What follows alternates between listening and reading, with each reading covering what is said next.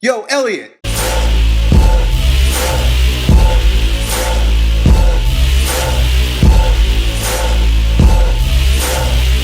Dan from Australia is concerned about his butt wink at the bottom of his squats. So this, for those of you who don't know, right, this is basically where you squat and your hips are aligned perfectly the whole time you're squatting, right? I'm gonna kind of demonstrate here for you.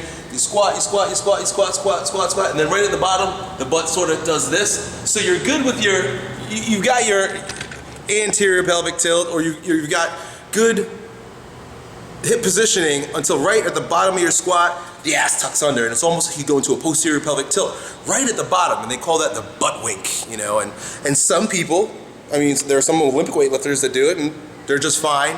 Our buddy Dan wakes up the next morning and he's in pain due to his butt wink. So it really depends on the severity of the wink, as well as when that wink is happening. If it's happening, you know, well before you reach like ass to grass, then you're really going into a severe posterior pelvic tilt throughout a big range of motion.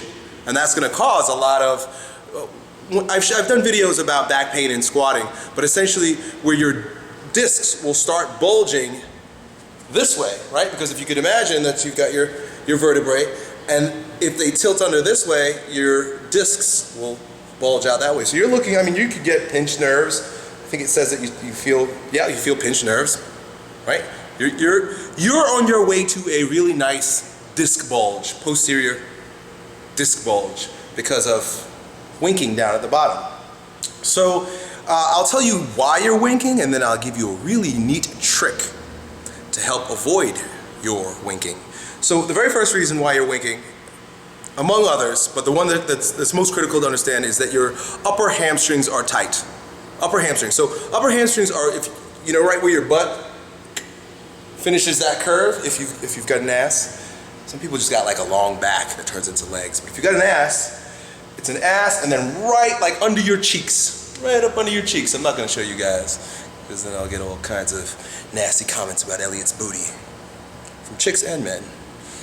Right under your butt, it's tight under there. You could just imagine where the hamstring ties up into the hips. That's really tight.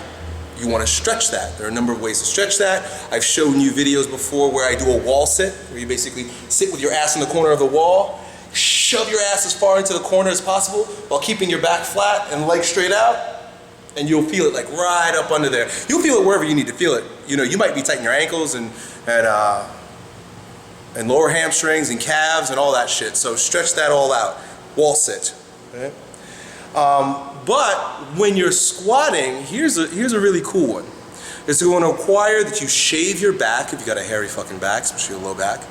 And what I'm going to ask you to do is, before you squat next time, lay on your stomach and get preferably some of that kinesio tape that you see a lot of people using now. It's basically the tape that people put on their muscles before they work out. I don't know why most people, I think most people are using it improperly. But kinesio tape or athletic tape, something that's going to really stick to you, right? Lay on your stomach, right? Just lay flat on your stomach and have your friend shave your back and wipe it dry, right? And then take 2 strips of that kinesio tape that go from right at the top of your butt, right at the top of your ass, not on your ass cheek, but right, you know, basically where your ass turns into your low back, and then spread it right up through to about where your lats begin, right? So maybe about that long, maybe about 5 inches or so, 5-6 inches. And do it on both sides, both lumbar erectors, boom. So now you stand up and you got that tape there. What you're gonna wanna do now is, when you're squatting, you have that tape on your back, go down into your squat, and when you begin posteriorly tilting, when you begin losing the curvature in your spine, you're gonna feel that tape that's on there nicely start to pull. It's gonna start pulling on you. You're gonna feel like, oh, the tape is gonna tear off of me.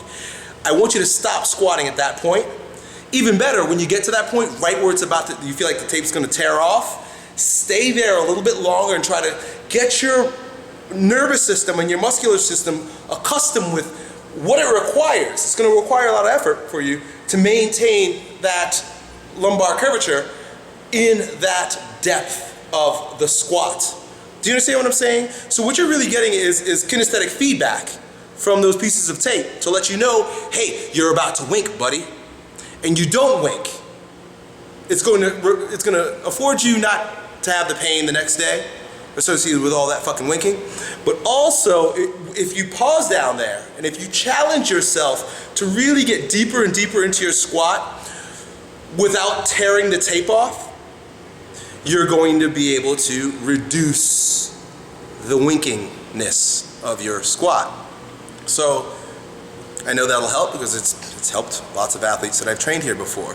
So that's it, dude. I mean, we don't know when we're winking because we can't see it, but the kinesthetic feedback, a lot of the tools that I use, you guys will see me very rarely. I'm gonna start making some more. I got some pretty cool stuff coming up for you guys, but I'm gonna start making some more videos where I'm actually coaching people. You'll see me use a lot of kinesthetic cues. I use that stick on the back when I'm teaching deadlifts and bent over rows, anything that requires thoracic extension and inflection at the hips. Also, I'm always tapping. You guys will see a video from Yo Elliott Miami in a couple weeks, and or that was this weekend, you'll see in a couple days, where I'm showing guys how to turn on muscle, but I'm tapping. One kid, I'm like tapping his ass, tapping that ass, right? Tapping his glutes in order to turn that shit on, because muscles respond to touch. When you touch a muscle, so even like as you're doing different exercises, you can touch muscle and it'll turn on more actively.